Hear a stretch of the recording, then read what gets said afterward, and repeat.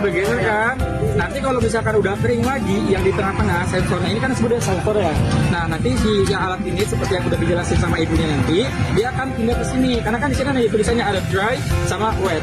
Kalau wet itu untuk mengukur pada saat kejadian hujan. Nanti kalau misalkan udah kering nih, misalkan nih udah kering ya, nanti kan dia menguap sendiri ya.